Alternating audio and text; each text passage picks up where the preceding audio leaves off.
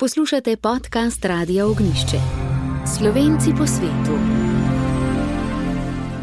Mohorjeva družba iz Celovca je sklenila projekt Lingva. Ob tem so predstavili ključne dosežke ter publikacijo s prispevki konferenc Gemeinsam skupno iz let 2023, 2024 in 2025. Knjiga predstavlja pomemben prispevek k spodbujanju jezikovne in kulturne raznolikosti ter krepitvi čezmejnega sodelovanja.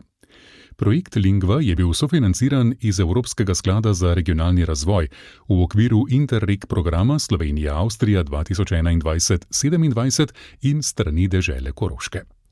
Pred zaključkom projekta so v Mohorjevi hiši v Celovcu pripravili zanimivo in vsebinsko bogato omizje, posvečeno dvojezični predšolski vzgoji.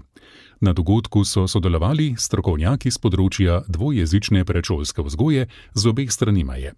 Svojo navzočnostjo so dogodek počastili tudi državna sekretarka na Uradu Vlade Republike Slovenije za Slovence v zamejstvu in po svetu, dr. Helena Jaklič, generalna konzulka Republike Slovenije v Celovcu Maja Balanc-Lobodjanec ter deželni svetnik magister Peter Reichmann.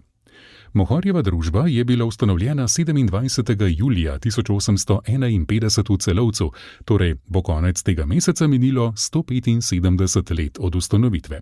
Čeprav danes v 3 državah delujejo 3 Mohorjeve družbe, jih povezuje skupno poslanstvo, ohranjanje slovenskega jezika, kulture in identitete ter krepitev povezanosti enotnega slovenskega kulturnega prostora. Bodimo povezani.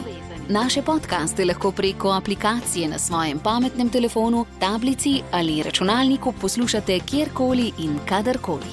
Radio Ognjišče.